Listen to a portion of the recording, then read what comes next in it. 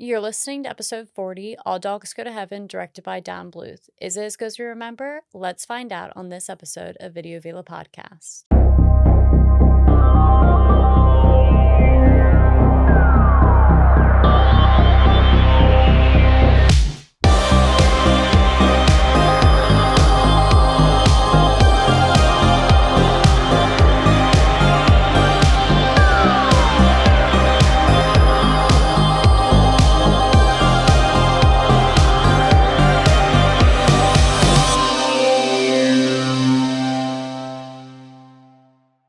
So for this episode, we decided to, one, I was going to choose, but then I kind of choose. I didn't really want to do All Dogs Go to Heaven. Oh, I wanted to do a different one, but then you said, let's do All Dogs Go to Heaven.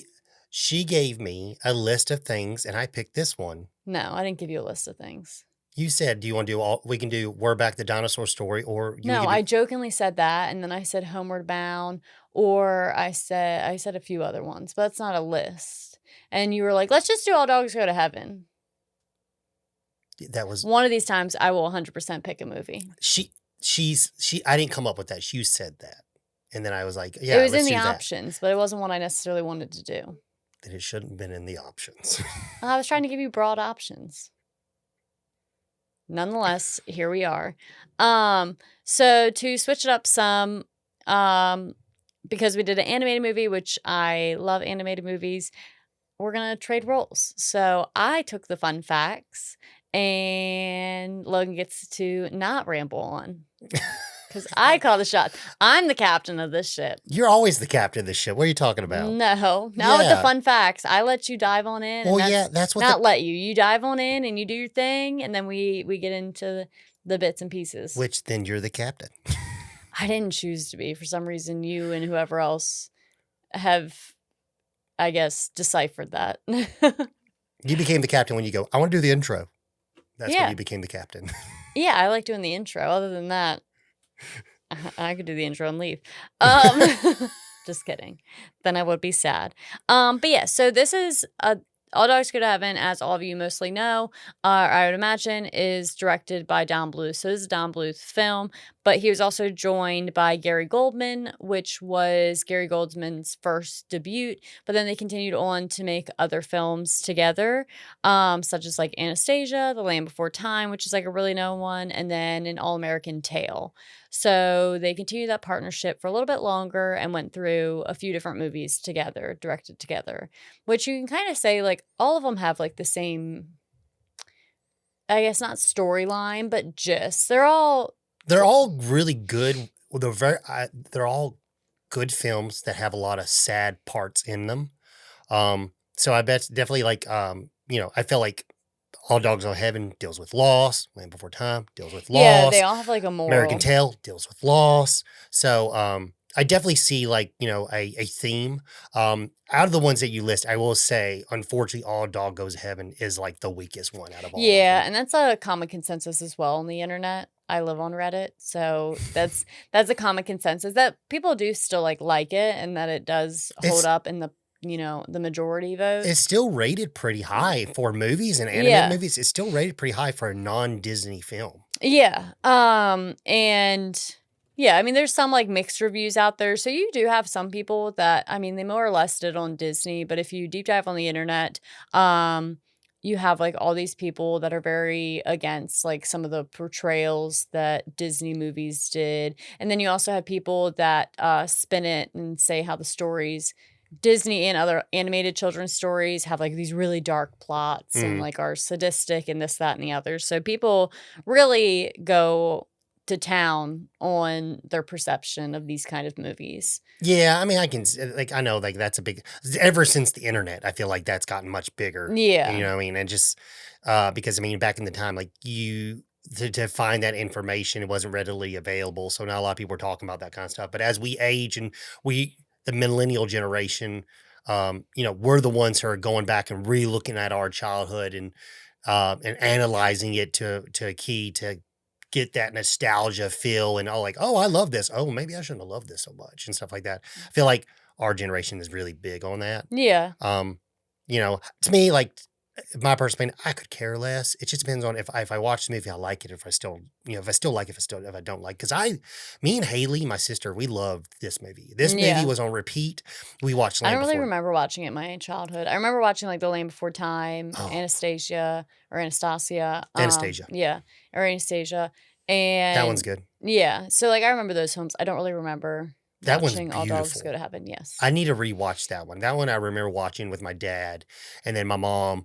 My mom to this day still talks about Land Before Time, how gut Yeah. wrenching it was. I need to rewatch it because I'm not gonna lie, I kind of don't fully remember on how it ends. Mhm. I forgot a lot about this movie, but when I rewatched it, all the memories came Well, back yeah. and stuff like that. But like, I mean, even I think they went to like Land Before Time 6. I think me and my sister like saw like at least the first 3. Mm. We definitely liked All Dogs Go. We liked All Dogs Go to Heaven too. It's not a good Yeah. movie, but when we were little, we loved it. Yeah. And then like American Tail is good, but Five Goes West, I feel like is the better one. And I have not seen An American Tail. No, I've seen American Tail. Five Goes West is the sequel. Oh, yeah. That's the Western one. But I have not seen what The is it? mice one. Yeah, Mouse. Secret of Nim. I've Yeah. not seen that one. And apparently that's the best one. Yeah. People rave on the internet about that Yeah, one, like a lot. Paul from Flicks and Friends, he says like that one's phenomenal. Oh, nice. Yeah. So as well as Don Bluth and Gary Goldman as Gary as the co-director. There's also Dan Kunster or Kunster, whatever. But I couldn't really find much on him. So there's that. So the budget that they had for this film was $13 million, but then they turned around and I believe made $27.1 million on it. Now, I don't know if so they did do a resurgence of this film. So they re-released it. Yeah, re-released this film to theaters in 1996. So only, 6 or 7-ish shy years of when the film originally came out to try to regain some of that traction. But not only that, but also to like reach a new audience. Yeah. I mean, well, this movie is almost 35 years old. Yeah. You know what I mean? I think November. Yeah. So this this was like, that wasn't an unpopular thing to do. They did that a lot because I remember they did that with the Star Wars when I was little. Yeah. They brought them back into the theaters. I remember going back and watching Return of the Jedi in theaters. They brought back Peter Pan. Yeah. I remember they doing that. Well, because then they also started doing the Snow White. They brought that one back too. Yeah, but then they also started doing is it Reanimated, where they brought back like animated movies, but then they redid them with not Technicolor, but new like technology. Well, yeah, that was like, yeah. There's so a like name Peter for it. Pan, they did that with Peter Pan. They did that with Snow White and stuff like Yeah, that. there's a And name Star for it. Wars. What's the name for it? Well, they spruced I think it's it up. Reanimated. They don't reanimate it, but they basically like re-edit it and like color correct it and stuff like that. Okay. Like I'll find the name. Like later. the biggest one was there is a name for it. I mean, like Miracle on 34th Street. Yeah. And it's a very good movie. It's a Wonderful Life. Like those were movies that they went back and. Did we do It's a Wonderful Life around Christmas time? We watched it, well, we always watch it. Well, when we watched it, I was shocked how good it looked. It looks amazing, and it's crazy that movies come out this day that don't even look as good as that. Yeah, you know what I mean. It's ridiculous. We didn't review it, did we? No, we didn't review it. Maybe we'll do that this Christmas. Do you want to talk about the music? You're the music guy. No, you can keep on going. You go. Okay. So the music is by Ralph Burns, but they were mostly, I believe, like independent songs for this film. So, yeah. They wrote all their own original soundtrack. Yeah. So it wasn't like anything really too crazy for the music there. I mean, the songs are kind of catchy. I feel like they were probably more catchy as a child than they are now, but that's because we're adults. I'm not gonna lie. Like rewatching this, I still love the movie, and rewatching it, these songs, they're not good. Yeah. I don't think they're good. Like, unfortunately, like I like the storyline and stuff, but when we get into the singing, like I think the only one, Anne Marie's song, I think is the only song I enjoy. Yeah. So, we have Burt Reynolds as Charlie, who's the German Shepherd.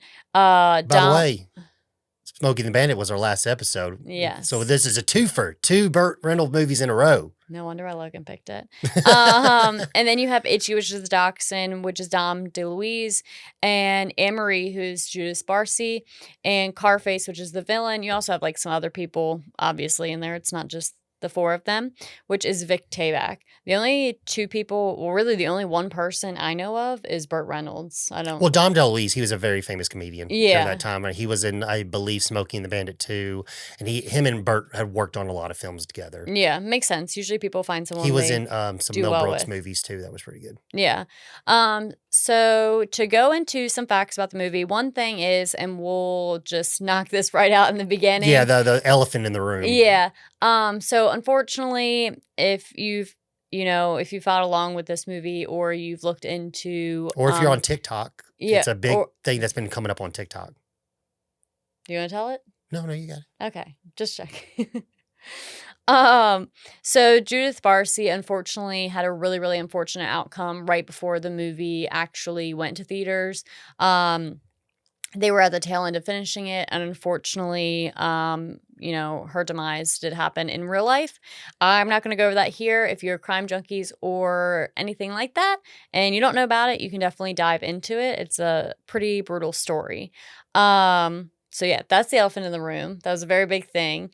Especially all over the internet. There was a lot of backlash on the fact of like that what doesn't get me is some of the backlash was like, why did they even continue on with the film? And it's like, because they were done. So like they were done the film, and this is something that they were pretty much done it. And this is something she probably worked really, really hard on. So I feel like that would be like a slap in the face to take all of it away and never even put it out there. There's several movies that have tragedy in them, like Poltergeist 3, the little girl ends up dying before the movie was done. Yeah. They actually wanted the studio, not the studio made them put them out, but the directors and the crew, they actually were like, well, we can't have the movie without her. And it would just be so wrong to get a stand-in to have a little girl come in to finish her scenes. Yeah, I think the fact that this movie was already pretty much done, it's kind of like, well, then don't rob her of what she had before she left. It was done. It was literally just Burt Reynolds' ending scenes that pretty much needed to be recorded. Yeah. So it's like that's in the scenarios where there's still filming to be done, I totally understand where that can be like controversial, because like then you're replacing that with someone, and is it going to be the same? How are people going to feel about it? Like I totally understand that aspect.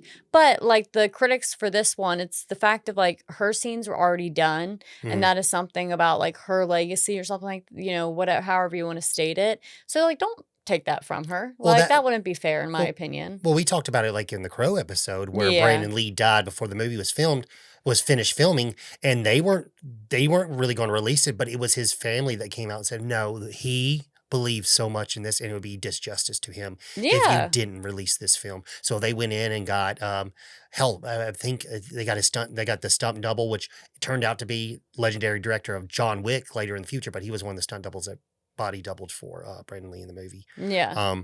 But yeah, so it's for the film not to come out because of that. That's like, I agree with you. Like, I don't know why people are getting upset about that, because the movie was done. And then also some people said, and not that such a tragic event like this should be used for, if you want to call it clout or whatever you want to call it, traction.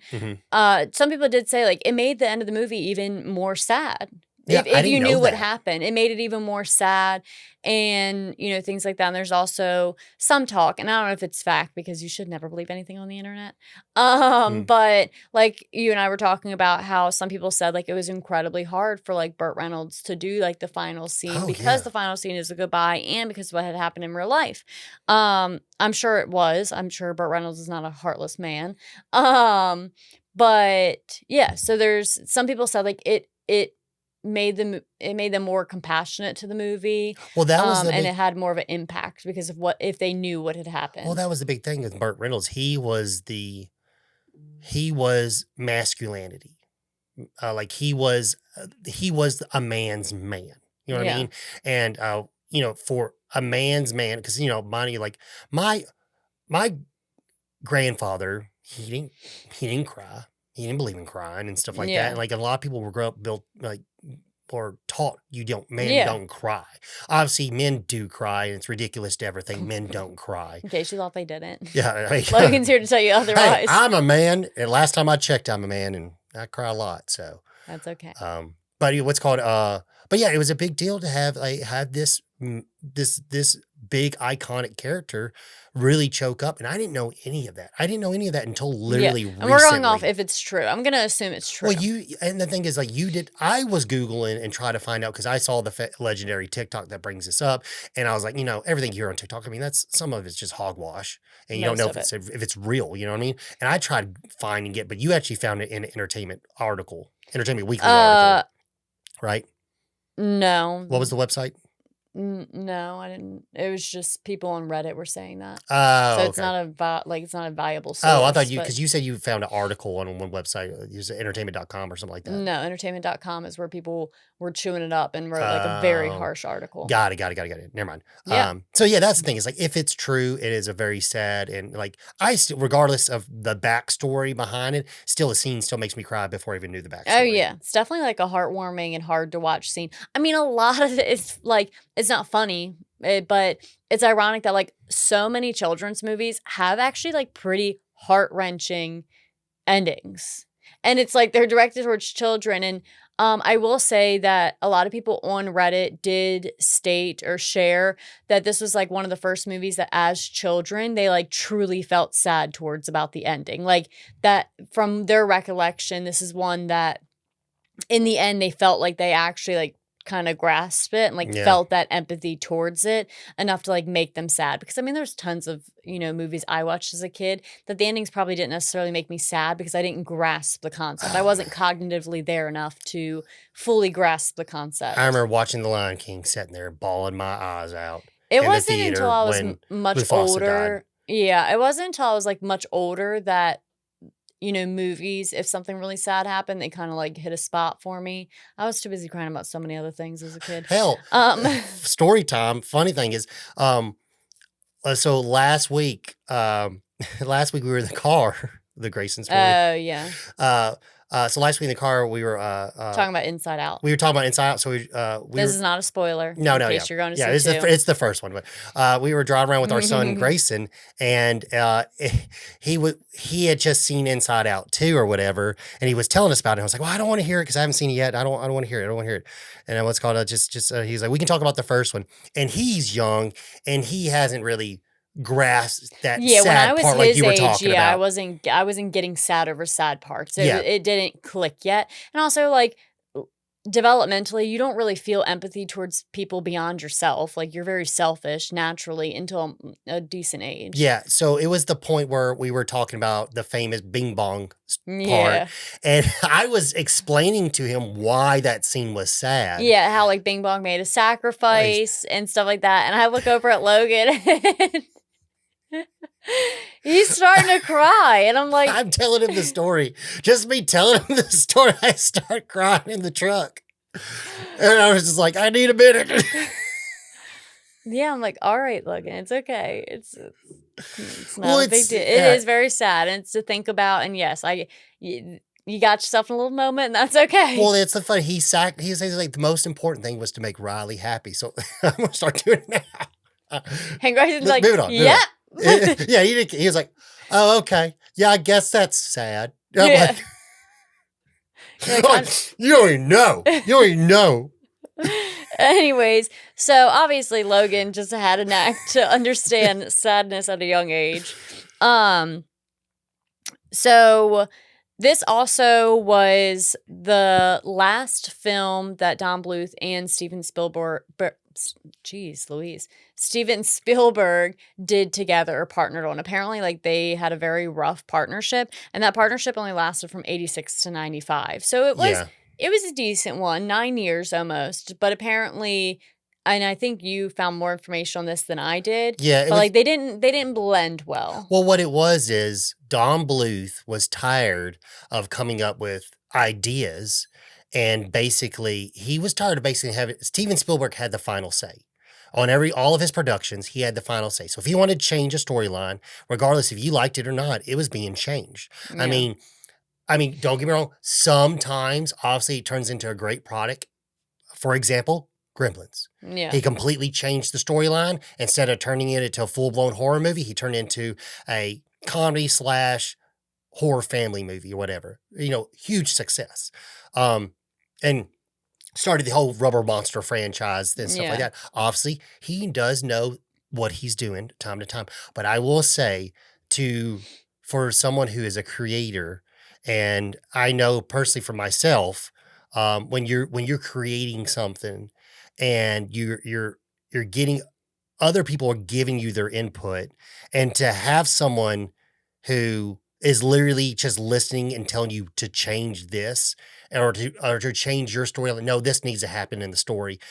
But when it's your baby, I will say it's very hard, and sometimes it can be frustrating to always have someone tell you, "No, you need to do this. You need to do this." It's like, "Excuse me, mother, did you write it? Did you write it?" I almost said mother effer. "Excuse me, did you write it?" "No, I wrote it, and that's how I want it, and that's Yeah. the way I want it." And unfortunately, that with Hollywood, that's a big thing in Hollywood, and I get it. Like, don't get me wrong. If if one of the two movies I ever have written come to fruition, and I ever were able to make them, which I'm probably never going to, but if I was ever able to make them, Not with that attitude. yeah, I know, right? I keep on telling myself, I was like, if you keep on talking like that, it's not going to happen. You never know. Exactly. But if I were to sit down and like, okay, this X, Y, and Z happens, this happens, like, no, no, no, no, this happens. I'm like, no, no, no, I wrote this. This is what happens. No, no, no, no, no. I'm telling you, this was what happens. That was, in a nutshell, that's basically what was going on. And I can understand where Don Bluth was like, no, no, no, no, no. Like, I've been doing this before you came around. I know what I'm Yeah. doing. You know what I mean? But, I'm sure there's a bigger story behind there, but that in a gist was what I found and what I read. Yeah. Like I said, I didn't really look. I try to look into their relationship, but it's pretty much like they didn't like mesh well.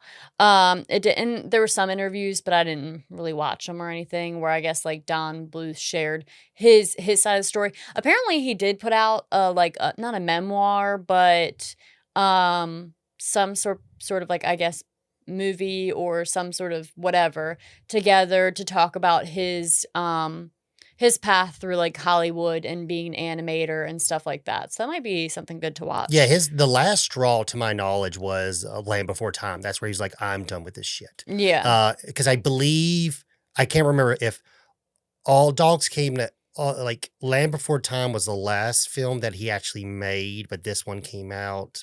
Like, I think they had finished that, but it hadn't came out yet. Or so there was something about it, because, like, this wasn't like, obviously, Land Before Time came out after All Dogs Go to Heaven, I believe. But this was technically his last film that he worked Yeah. on. But I guess the Land Before Time was the last one, but it just There's came out obviously later. some overlapping. Yeah, yeah. And then the last fact I have, because if I don't love anything the most, it's talking shit.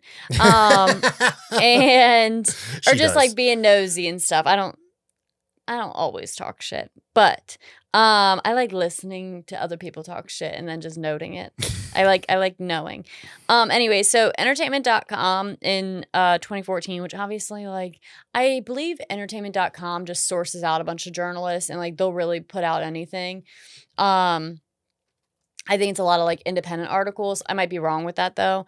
But in 2014, they just like went to town on how like disturbing it is that this movie was even like a children's movie. There's messed up things in it. Yeah, 100%. Yeah, like they talked about like, how it was like super sadistic and stuff with when he visits hell, and how like the angel dog was like way too sexy, which I'm like, well, it's a dog. It looks like a whippet. It looks like the dog that it is. I mean, agree- she's pink and stuff, but I agree with the hell stuff, because here's another thing is like, I can get that can be very scary, but there's tons of like children's movies that I'm like, that's a little no, scary. I'm saying that's fine, and I didn't have any problems with it, because hell, like that freaking Disney Halloween special they came out with the freaking, literally it's like Satan coming out of a mountain or whatever. I think it was attached to the Night of Sleepy Hollow VHS, but it was another story. It was like a Halloween story. Yeah. That was really creepy. I mean, hell, that scared the shit out of me when I was little. But the thing is like, yeah, this movie talks about, I mean, literally religion, not like religion, but reference to heaven. Well, they also talked and about like reference the to hell. gambling and murder. Well, I'm saying you can't do that now. You can't have religion in your movies now. You can't. It's like, I mean, that is like become religion space stuff has become taboo. I mean, Coco is like a little religious. It's their beliefs after Well, death. okay, let's just say, I guess a I mean, type it's of a very great yeah. movie. I Oh, love it. Coco's I'm not, amazing. yeah. I'm thinking, I guess you could say just Christianity or whatever. Anything that comes of like a Heaven non, and hell, yeah, yeah, type like, thing. because that's the thing is like, hell, Because you have that division between, well, well, yeah. they even had Princess Egypt, and that movie. Even though it's based, it's got like the Ten Commandments and all that kind of stuff, and Yeah. Moses and stuff. But that movie, I think Val Kilmer's in it, but like that movie is still a great movie, regardless if it is based off a religious storyline. It's still a wonderful film. I mean, Yeah. the animation's great, the songs are great. I loved that movie growing up. I mean, yes, I did grow up. Um, being in the South and stuff like that. But still, even like it's still a good movie because it's a Yeah. very exciting storyline. So yeah, it's crazy. Like, that just doesn't happen more. Like, you're not gonna have someone sit on their bed and pray. Like Yeah. they don't do that stuff in movies anymore. Yeah. So whatever this journalist was, they just like went to town on how it was like one of the most disturbing movies out of all the ones that Don Bluth created. But then they also kind of like piggybacked on that and was like, whoa, like also none of the movies he creates are like really like child friendly. Like they're all kind of disturbing. And it was like literally my note says, chew the movie up in a 2014 article claiming that Booth created one of the most disturbing movies for children with really no evidence. That's my note-taking skills. But yeah, so, and then, really, like I said, there's definitely some mixed things out there. And also, the thing is, when you Google something, your obvious results are going to be based off, like, what you Google, like, and the wording you use. So you can very much so sway your results one way or the other, which you True. find. But I will say, like, when I took to like other outlets like Reddit and platforms and blogs and things like that, people do really enjoy the movie and find a lot of nostalgic value in Yeah. All Dogs Go to Heaven, along with a lot of other Don Bluth movies. Oh no, I mean, like, yeah, like, I mean, he's got some weak ones in the one, and then like, in the chamber, but like as far as the movies that we talked about, all those are bangers. Yeah, and that's the thing. People have said, like, as I've gone back and watched as an adult, yeah, I mean, don't necessarily like it, but the nostalgia that it gives me makes me like it. Yeah. It keeps me holding on to it. I will say this movie, when we rewatched it, the first 15 to 20 minutes, I'm like, I don't like this. But then I'm like, oh, all right, it's all coming back. This is all Yeah. this movie's good. This movie's great. Yeah. So since we switched roles, do you want to read the back? Or I will try. Would you like me to read the back? I will try. I will try to break my phobia of reading on camera because I have dyslexia. I will try my best. Okay? You got this. An enchanting and delightful film, highly recommended for the whole family viewing. That is one of the quotes. And I'm done. And see. There's no one working today who can come up with a mile of Bluth at his best, says the Chicago Tribune of the director of the feature-length animated extravaganza. And All Dogs Go to Heaven represents the pinnacle of animators' art. Boasting brilliant visuals, a tender yet unsettling story, and beautiful drawn characters voiced by Lennon Anderson, Judy Barris, Dom DeLuise, Melvin Moore, Charlie Nelson, and Burt Reynolds and Vic Tayback. Set in 1939, New Orleans, the colorful, song-filled story centers of Charlie B. Barkin, a ruggish German shepherd with a con man's charm and a marshmallow heart. Out of the revenge against the double-crossing former partner, a cigar-chopping pit bull named Carface, Charlie finds himself guardian to a lonely little orphan named Anne Marie. Her astounding ability to talk to animals leads to the unlikely pair of adventure packed with thrills, laughs, tears, and true love.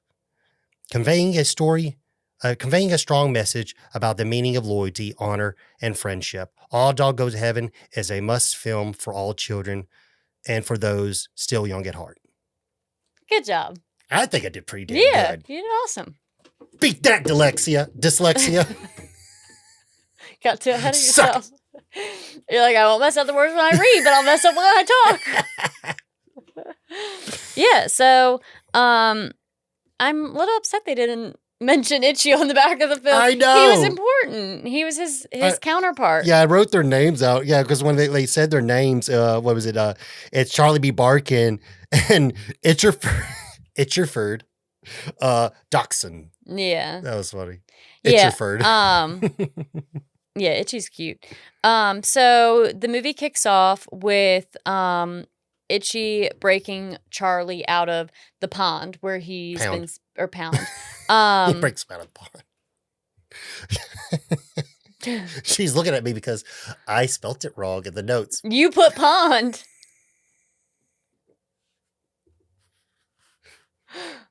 Anyways. There's that dyslexia again. Yeah.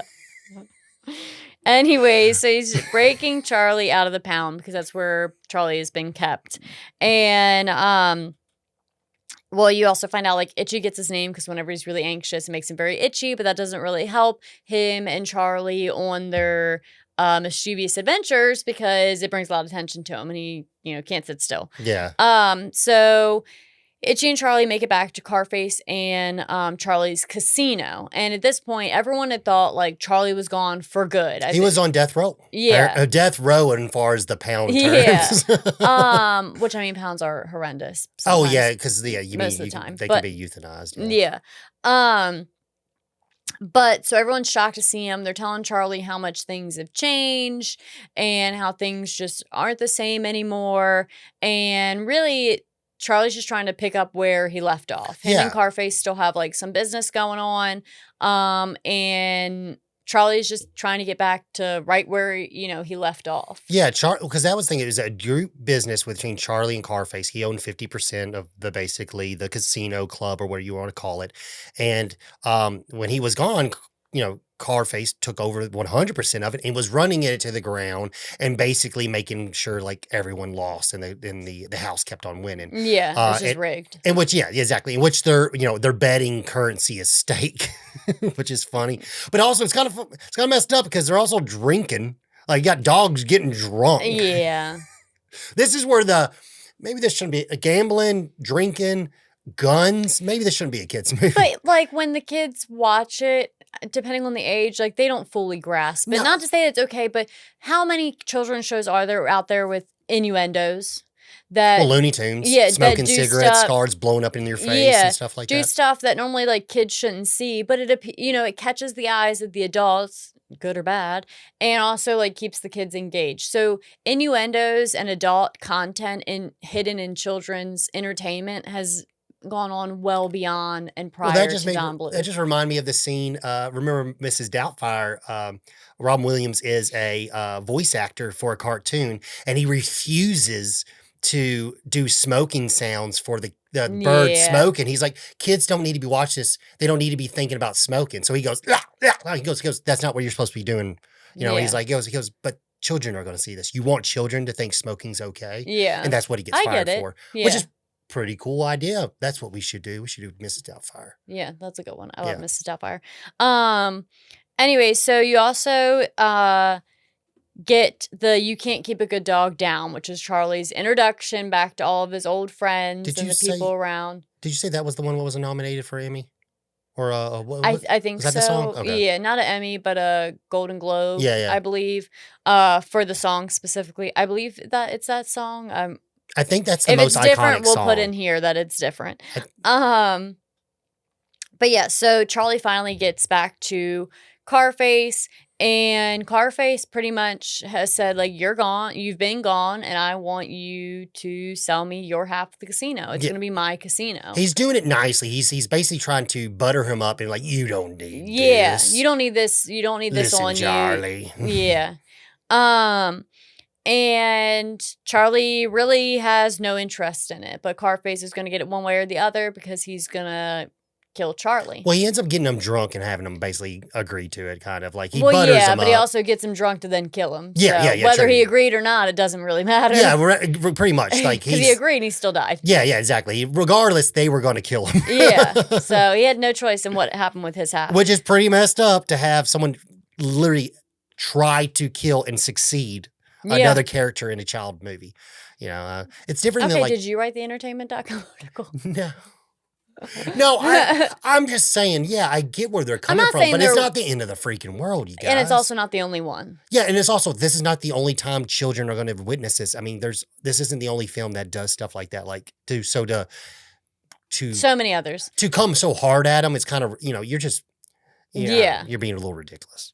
There's always going to be articles like that, and everyone has the right to their opinion.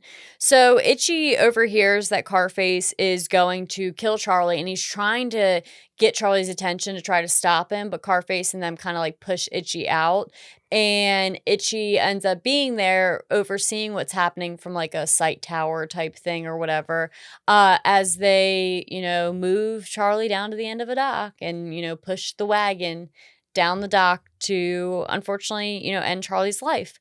So you also now get a look at heaven. So Charlie, despite all of his wrongdoings, ends up on, at the doors of heaven. So she basically tells Charlie, like, well, all dogs go to heaven. And she's just like, I'm just trying to look through the book to find out which good deeds you've done. Yeah, and while she's doing that, Charlie's trying to argue with her, like, this isn't my time. This wasn't my time. She's like, of course it's your time, Charlie. You're here. It's your time. And so she, gets his paw print, but he's like trying to pull his paw away from her and stuff. So he finds his clock. Yeah, that's what I was gonna get to. Sorry, so then they kind of go floating around heaven, and they have their like little dance together. But really, he's just trying to like butter her up. Yeah. So he can find his clock, because they find the clock room, which is where his ticking clock has stopped. Yeah. And he's gonna grab it and, I guess, reset it. Or whatever he does. Yeah, I think that's what he does. I think he essentially. grabs it, resets it, and then is like that was thing is like once you grab the clock, you can't come back. Yeah, and that's the one thing she tells him as he's, left heaven and is plummeting down to earth, essentially. You overhear in the background, like, you can't come back, Charlie. You can't come back. And the thing is, he can remain on earth until that clock stops. And it's his job to stay alive, he has to keep the clock ticking. Yeah. So then so he gets back, and Charlie immediately like wakes up Itchy, but Itchy's having a dream of Carface strangling him. When it's really Charlie trying to shake him awake, and because I guess they're staying in like some dumpster lot thing, or They stay like a car impound lot. Yeah, it's what was it called? It's like garage. No, what do they call it? A junkyard. Junkyard. Yeah. Yeah. So he's trying to wake Itchy up, and then Itchy's terrified because he's like, "You died, you died." And he's like, "I did, but I'm back. Yeah. Like, I'm back now. I know. It was so scary." And he's trying to like comfort Itchy, but also is like, "Okay, let's be cool. Like it's over. We got a job to do." Yeah, and that's when Charlie starts to come up with the idea. He's like, "There's got to be something going on with Scarface. He's got to have something underneath his sleeve to be doing all this stuff." And that's when Itchy's like, "By the way, Scarface has got a monster." He's got a monster. What are you talking about? He's got a monster. He's like, "Yeah, they've been feeding some kind of monster."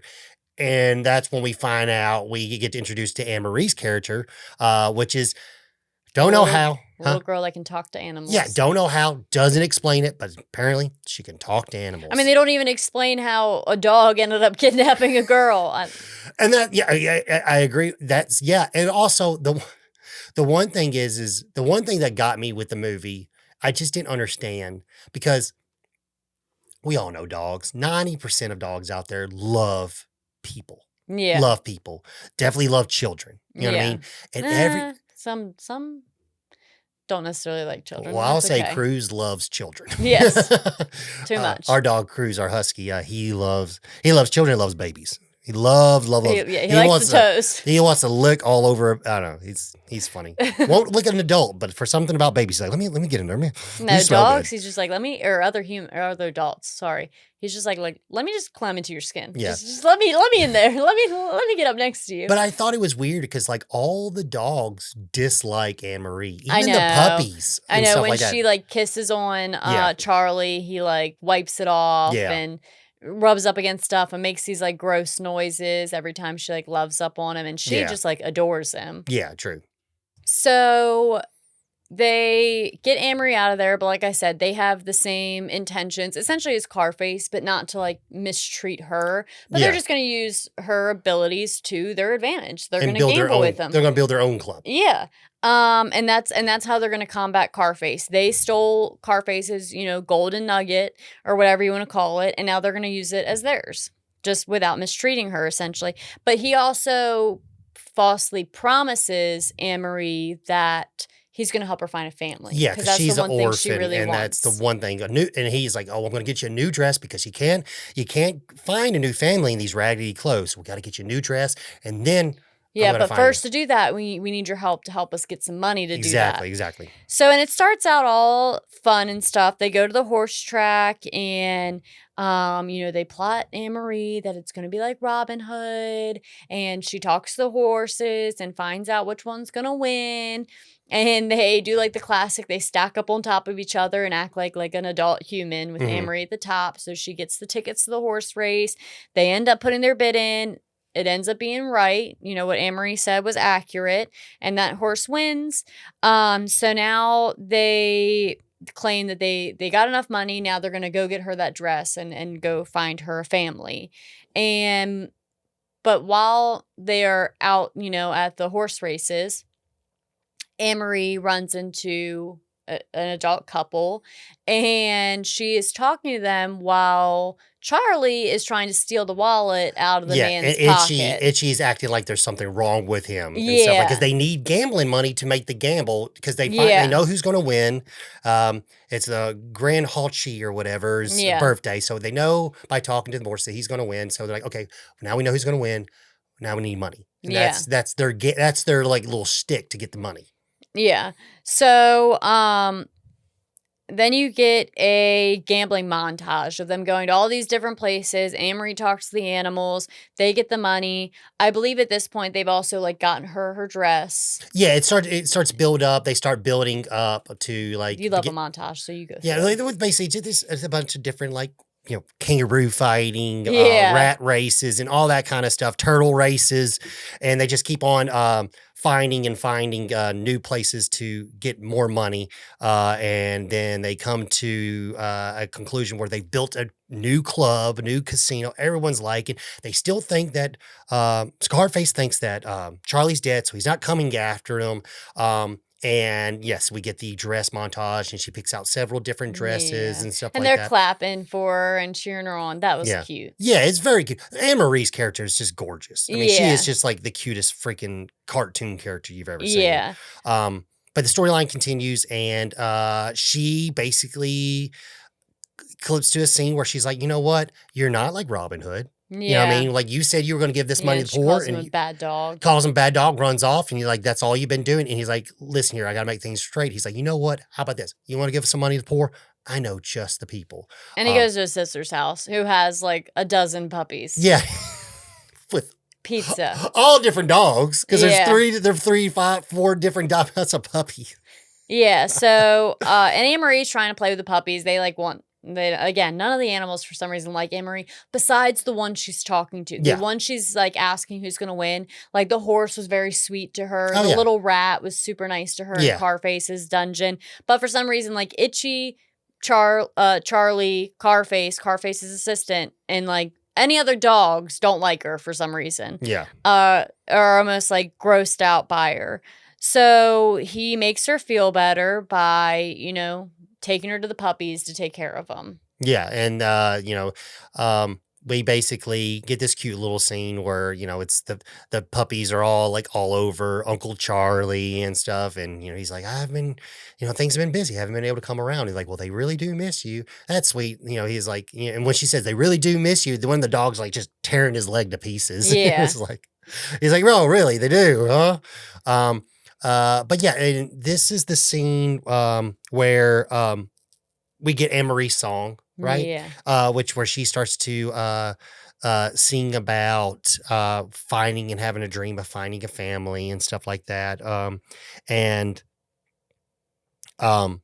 This is where she finds out that they stole the wallet. Yeah, she finds the wallet and of the family that she, Yes. that was really sweet to her. She finds out they weren't stolen. And she storms off. Then Charlie, he has a dream, but it's the exact opposite pretty much of her dream. It's not a sweet dream. He's went to hell for his evil doings and so forth. And he wakes up and he finds out that Anne-Marie is gone. Yeah.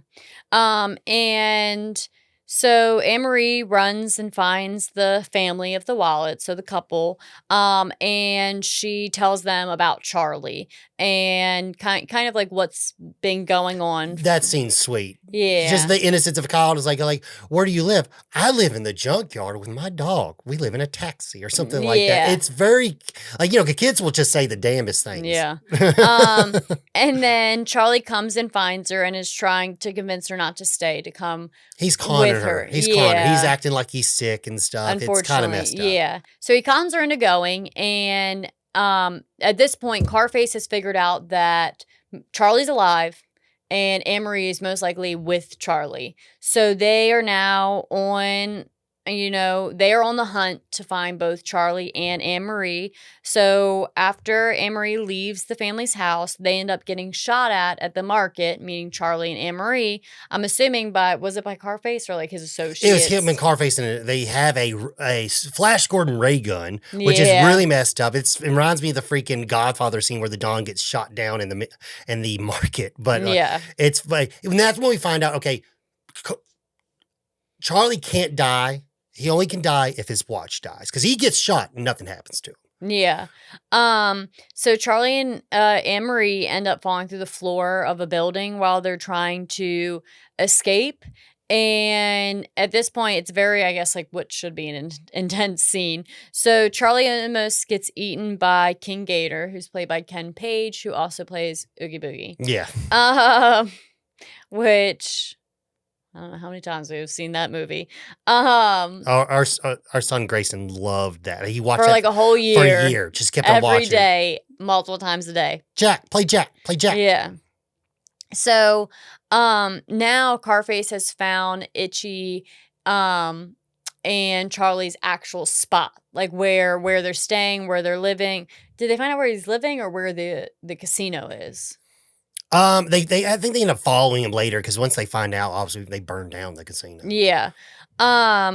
So Charlie ends up getting in a fight with Itchy, and during that fight, he ends up telling Itchy that he doesn't care for the girl. He doesn't care about Anne-Marie. This is just a front to help them. He's pretending. He doesn't like her at all. And unfortunately, Anne-Marie ends up hearing that. Yeah, it's basically he's trying to convince himself and just kind of convince because Itchy's like, you love her more than me. We're supposed to be friends. Charlie deep down really does care for her. He just doesn't want Itchy to know. Yeah.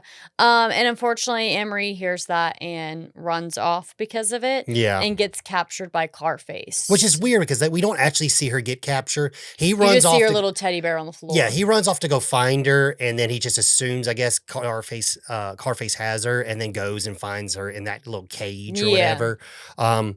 And at the same time, while Charlie's trying to find her, Itchy's going around trying to get help. Yeah. He's trying to get the wallet couple for help because we need to save Yeah, Anne-Marie. And that's the thing. So when Itchy runs after Charlie, who runs after Anne-Marie, and Itchy's standing outside of the building, Charlie's sister pops up and is like, this address. Yeah. Go to this address. They'll know what to do. Yeah, exactly. So now Itchy, that's what Itchy's running after, is trying to find where that address is and who this couple is. And it's kind of cool because it shows you how dogs communicate. You'll see Itchy talking to another dog, and then it pans out of what the humans are hearing. It's just you hearing dogs bark back and forth. It's pretty cool. I actually like that. I thought that was clever.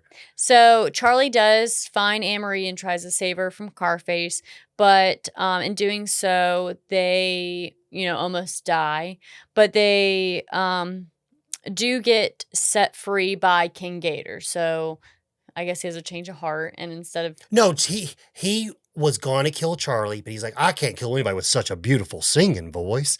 And then he has a change of heart. No, yeah, and he hears him to come back to save him. He hears his scream, and he's like, oh, not my buddy Charlie. Yeah. And that's why he comes back to save Charlie, because he hears him scream. This is that pivotal moment where he gets saved, but they're about to drown, and then his watch falls off, and he's got to choose: do I save my watch or do I save Anne-Marie? Yeah, and he makes the ultimate sacrifice to save Anne-Marie. Yeah. So now, because of that sacrifice, Charlie dies for the last time. Anne-Marie did end up being saved, and the Wallet family kind of took her in or adopted her. And Itchy. And Itchy, yeah. Even though Itchy wanted nothing to do with her through Exactly. the whole movie, pretty much, Right. until, the very end, nonetheless. Yeah. But Charlie does come back to Anne-Marie to say goodbye one last time before going to hell, which that's where he believes he's going because of the wrongdoings, because of the dream. That's where he's been led to believe he's going. Yeah, and this is when we see basically the kind of like this maybe the angel from earlier or whatever, and you just see like a star like thing come in and basically scare the devil dragon or whatever of hell away, and then everything turns nice and blue and pretty, and it's like, dude, your ultimate sacrifice, Charlie, you've been accepted back into the kingdom of heaven. And this is where we get I just want to say goodbye, you know what I mean? Yeah. And then goodbye, Charlie. Oh my God, this scene. Whew.